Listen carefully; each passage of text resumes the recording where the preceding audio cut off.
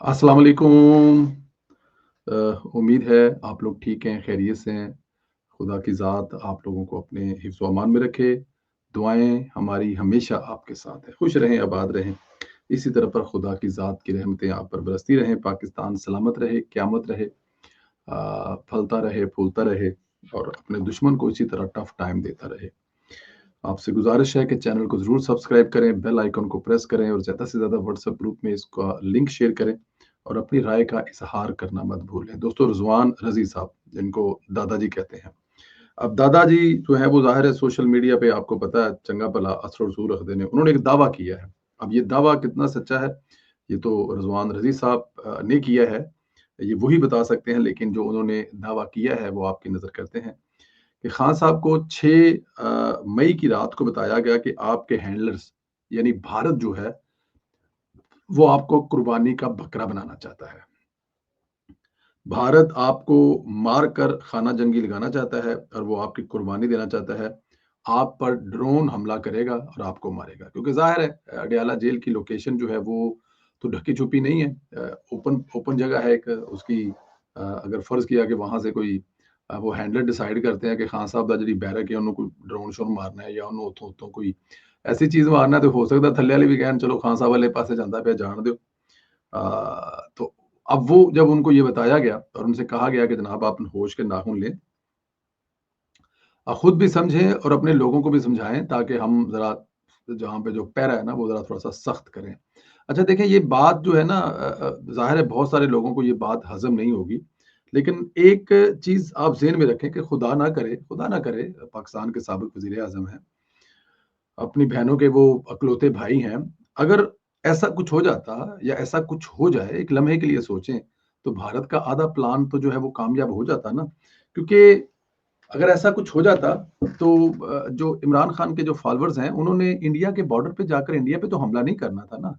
उन्होंने तो पाकिस्तान के अंदर ही करना था जो करना था। जो उसका मतलब है कि अगर खुदा ना करे ऐसा हो जाए, जो दादा कह रहा है, मैं फिर कह रहा हूँ खुदा ना करे ऐसा हो जाए, तो फिर उनके जो फॉलोअर्स हैं, उन्होंने तो पाकिस्तान में तबाही मचानी थी, मतलब पाकिस्तान में 9 में दूसरा कराना था।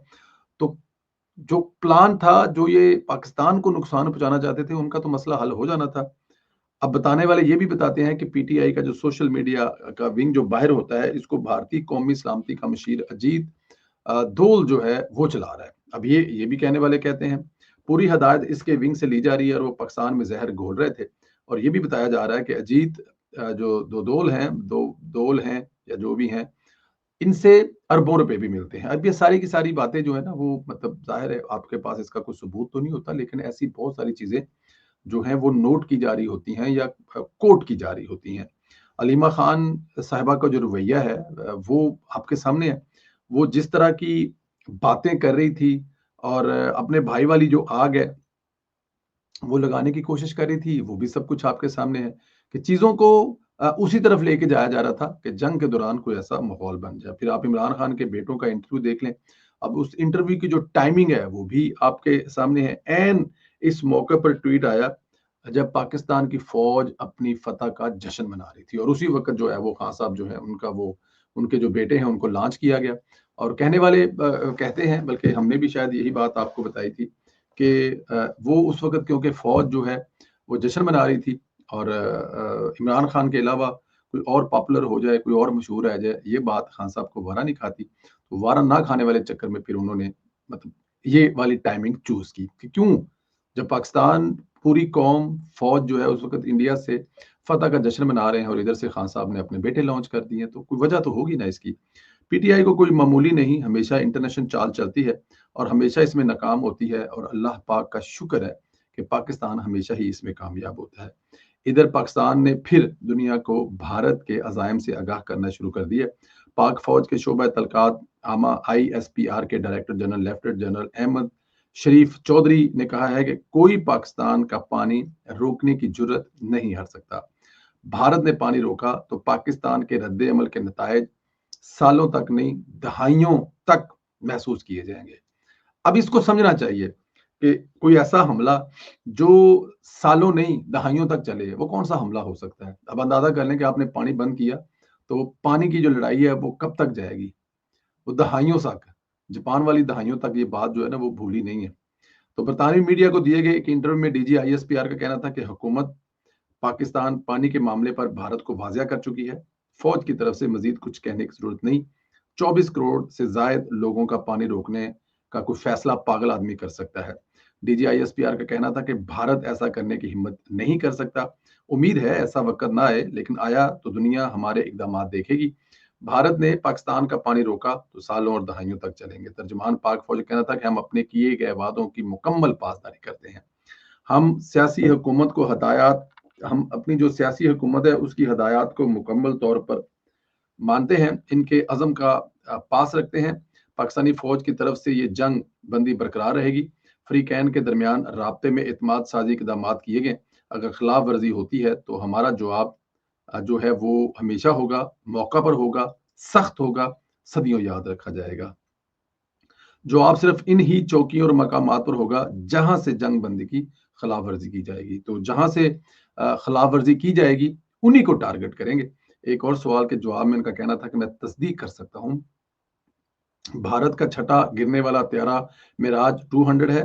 हमने सिर्फ त्यारों को निशाना बनाया है, मजीद कार्रवाई कर सकते थे, नहीं की, मगर हमने जब्त का मुजाहरा किया। हमलों के बावजूद हमारे तमाम फजाई अड्डे मुकम्मल तौर पर बहाल हैं। पाक फजाइया के पास ऐसे वसाइल हैं जिनकी मदद से फौरी तौर पर हम अपने अड्डों को जो है वो बहाल कर सकते हैं। बात तो ठीक है, किसी हद तक बहाल भी हैं। अड्डे बहाल क्या है, हमने अपने क्रिकेट के मैदान सजा दिए हैं, आपके सामने ही है। ये कोई आपको लगता है कोई मामूली बात लगती है? कोई ऐसी दुनिया में कौम है जिस कौम पर जंग लगी हो, जिस कौम के उस स्टेडियम के बाहर कोई ड्रोन गिरा हो और वो नुकसान हुआ हो और 1 हफ्ते में रिपेयर करके आप स्टेडियम खोलें और वहाँ पे इंटरनेशनल मैच करवाएँ और पूरी दुनिया के प्लेयर वहाँ पर मौजूद हों, वहाँ पूरी दुनिया में मैच करवाने वाले अंपायर हों और इंतज़ामिया के तमाम लोग जो हैं वो फ़ॉरेन से हों और वो आ भी जाएँ, उनको इतना यकीन हो पाकिस्तान की फ़ौज पर, तो जो पाकिस्तान की फ़ौज कहती है वो कर तो सकती है। भारत का जंगी जुनून बढ़ चुका है, दफाई बजट बढ़ गया है, यहाँ तक कि उन्होंने कल एक जासूस सैटेलाइट जल्दबाजी में लॉन्च किया है जो फजा में तबाह हो गया है। भारत का जासूस सैटेलाइट EOS-09 लॉन्च के कुछ ही देर बाद फजा में धमाके से तबाह हो गया। ये जासूस ड्रोन चंद सेकंड में प्रवास कर सका और तबाह हो गया। इसलिए तबाह हुआ कि जल्दबाजी में सब किया गया। दूसरी तरफ भारतीय अखबार के जरिए खबरें फैलाई जा रही हैं, पाकिस्तान भारत पर हमला करने का प्लान बना रहा है। भारत ये बयानिया बना रहा है कि इसके बाद फिर कई फॉल्स फ्लैग करेगा और पाकिस्तान पर इल्ज़ामात लगाकर इसका कोई ना कोई बहाना बनाएगा और जंग का माहौल बनाएगा। क्योंकि भारत के मोदी को अब तक सुकून नहीं आ रहा, क्योंकि मोदी का ये आखिरी इलेक्शन था, क्योंकि ज़ाहिर है उनके लॉ के मुताबिक, कानून के मुताबिक 3 दफ़ा से वज़ीर-ए-आज़म दोबारा ज़्यादा नहीं बना जा सकता और मोदी जो है वो अपने 3 दफ़ा की जो टेन्योर है वो पूरी कर चुका है। और देखें इससे वर्स्ट हिंदुस्तान की तारीख में कोई वज़ीर-ए-आज़म नहीं आया होगा और ऐसा बेहुदा इंसान जिसको बुचर कहते थे, जिसने मेरे ख्याल में सबसे ज़्यादा अपने मुल्क के शहरियों को मारने का रिकॉर्ड हासिल किया हुआ है। अब वो अपनी टेन्योर पूरी करके जा रहा है। एक चीज़ मैं और आपको बताना चाहता हूँ, मुझे बड़ा अफ़सोस हुआ। देखें, आपके जो फ़ेवरेट होते हैं ना या कोई अच्छा काम कर रहे होते हैं, वो लिखने का कर रहे हों या कुछ भी कर रहे हों, तो जावेद अख्तर साहब हैं, वो हिंदुस्तान से हैं, वो मुसलमान हैं। मैं आपको पहले एक प्रोग्राम में मैंने कहा था, तो कुछ दोस्तों ने इतराज़ किया था कि सनीला साहब, इन मुसलमानों से आप हमदर्दी भी ना करें। लेकिन मैं फिर भी एक मुसलमान होने के नाते इनसे हमदर्दी करता हूँ। ख़ास तौर पे हिंदुस्तान के मुसलमानों की मजबूरियाँ मैं समझता हूँ। अब किस्से कहानियाँ मैंने अक्सर सुने हैं, जावेद अख्तर साहब से पाकिस्तान में लोगों के साथ रिलेशन के, वो जब पाकिस्तान तशरीफ़ लाते थे, मुशायरे पढ़ते थे, उनकी रिश्तेदारियाँ यहाँ पर मौजूद हैं, अभी भी मौजूद हैं, आज भी मौजूद हैं। उनकी फैमिली के बहुत सारे लोग पाकिस्तान हिजरत करके आए। लेकिन वो जब मैंने उनको एक स्पीच देते हुए सुना, जिसमें उन्हें बहुत सारे हिंदुओं के सामने ये कहना पड़ा, मैं उनकी बहुत सारी मजबूरियों को समझ सकता हूँ कि मुझे अगर चूज़ करना पड़े जहन्नम या पाकिस्तान, तो मैं जहन्नम में रहने का जो है वो फैसला कर लूँगा, लेकिन पाकिस्तान में नहीं रहूँगा। तो 26 करोड़ के मुल्क में जो लोग यहाँ पे रह रहे हैं, मेरे ख्याल में उनको कोई प्रॉब्लम नहीं है। लेकिन हिंदुस्तान में जितना मुसलमान रह रहा है, वो जिस किस्म के मसाइल में घिरा हुआ है, वो जावेद अख्तर साहब को पता है और हमें भी पता है। और ये उनका डर, उनका खौफ, उनको मैं समझ सकता हूँ। ज़ाहिर है, अगर उन्होंने हिंदुस्तान में रहना है, अगर ऐसी बातें नहीं करेंगे, तो वो कहाँ जाएँगे? क्या हिंदू वहाँ पे उनको रहने देंगे? अब देखिए ना, ये यही जावेद अख्तर साहब हैं, इनकी बीवी ने कहा था कि हमें कोई मकान किराए पे नहीं दे रहा क्योंकि हम मुसलमान हैं। तो हम उनकी मजबूरी समझते हैं। तो ऐसे बयानात जब जावेद अख्तर साहब या किसी दूसरे मुसलमान अदाकार की तरफ से या मुसलमान सियासत की तरफ से आए, तो उसको लाइट मोड में इग्नोर कर दिया करेंगे। कोई बात नहीं, इन्ना नाल अगले जान गल हो जाएगी। जो भी है हमारी बिरादरी है, मुसलमान हैं। अब हम इनको क्या कह सकते हैं? जब सामने आएँगे तो फिर तब की बात देखेंगे, लेकिन फ़िलहाल इनकी मजबूरी को समझते हुए इनको माफ़ कर दिया करेंगे। मेरा ये ख़्याल है। और ये बेहुदा इतने लोग हैं, आपको पता है आतिफ़ असलम के गाने जो हैं वो ज़ी म्यूज़िक जो कंपनी है, उसने अपनी वेबसाइट से, ज़ाहिर है बड़े-बड़े गाने हैं, मिलियंस में उनकी रीच है, तो उन्होंने वो गाने अपनी वेबसाइट से हटा दिए हैं। ये हिंदू जो है ना, ये इतने, मैं अब क्या कहूँ इनके बारे में, इतने कंद और पता नहीं कौन से ज़हन के मालिक हैं। बट एनी हाउ, अल्लाह पाक आप लोगों को अपने हिफ्ज़-ओ ईमान रखे। यार ये दादे की खबर के बारे में क्या कहते हैं आप? क्या ये दादे की खबर सच हो सकती है? हिंदुस्तान वाले खान की जेल के ऊपर वाक़ई कोई लांच-वांच करना चाहते थे, कोई मारना चाहते थे खान साहब को, कि पाकिस्तान में हालात ख़राब हो जाएँ, या दादा ने बस हमें सोशल मीडिया की रौनक ही बढ़ाई है? इस पे अपनी राय का इज़हार ज़रूर करें और इंशाअल्लाह अगले वीडियो में फिर आपसे मुलाकात होगी। इजाज़त दें। चैनल को ज़रूर सब्सक्राइब करें, बेल आइकन को भी प्रेस करें और ज़्यादा से ज़्यादा व्हाट्सएप ग्रुपों में इसका लिंक ज़रूर शेयर करें। अल्लाह पाक आपको अपने हिफ्ज़-ओ-अमान में रखे। इजाज़त दें।